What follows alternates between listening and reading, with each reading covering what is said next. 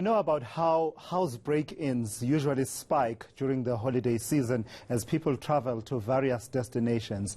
But now, in a dramatic turn of events, criminals have walked away with at least 19 R4 rifles after a break-in at the Lyttleton military base in Pretoria. The South African National Defence Force says suspects have been taken in for questioning. For more on this story, then, we are joined on the line by SANDF spokesperson Siphiwe Dlamini. Siphiwe, good afternoon. Thank you for joining me. How on earth is it possible that these rifles were stolen from a military base? Is that even possible? It shouldn't be possible.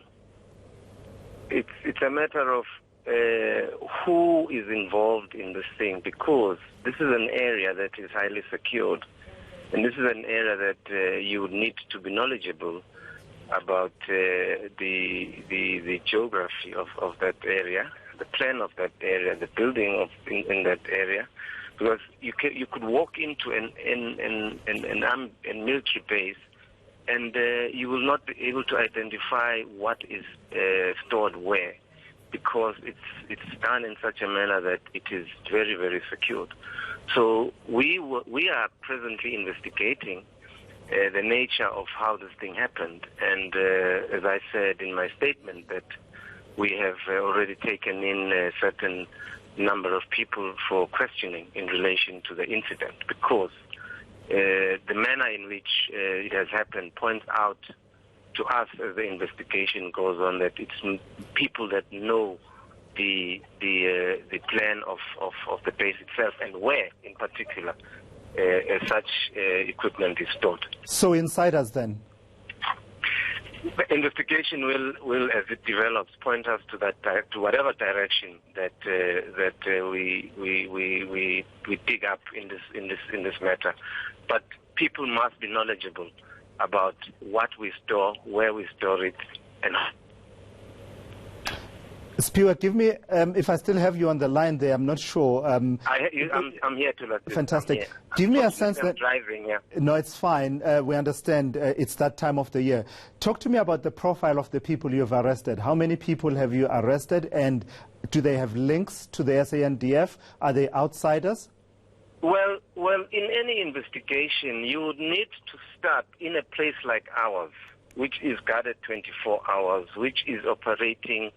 There's nobody who goes on leave at any given moment in the South African National Defence Force. There's everybody who's not on leave at their station and working as they're expected. So you would obviously start as to who was on duty at that time, and what were they doing, where were they, and how this thing happened under their eyes.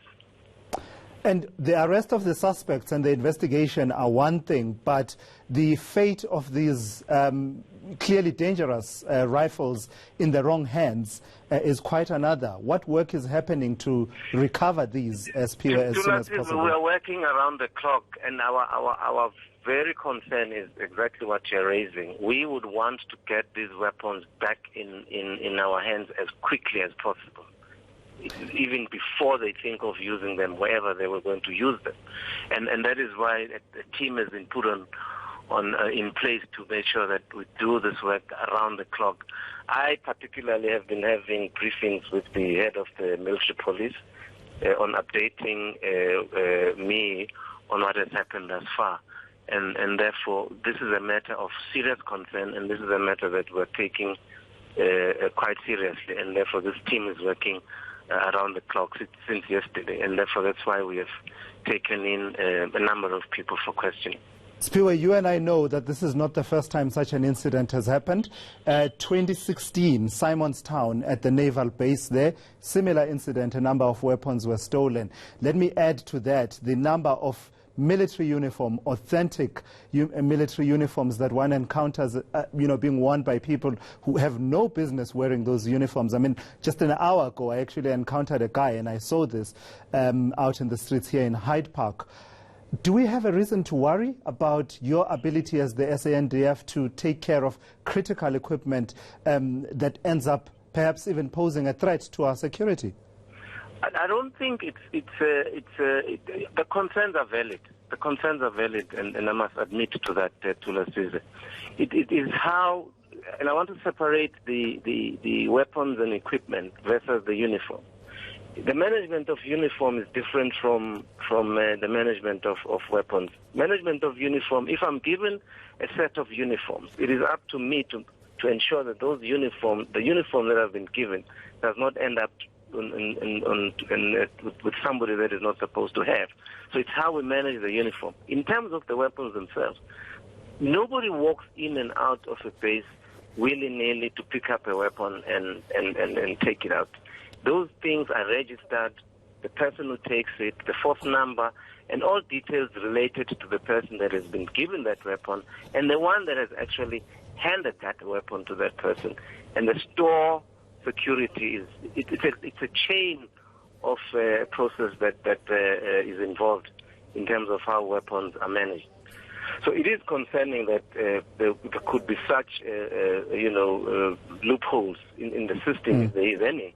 But I can safely say, with the question you're raising, which happened in Cape Town, we were able to arrest and recover some of the weapons. Yes, Siphiwe, I don't know. Hey, you say some of the weapons, but nonetheless...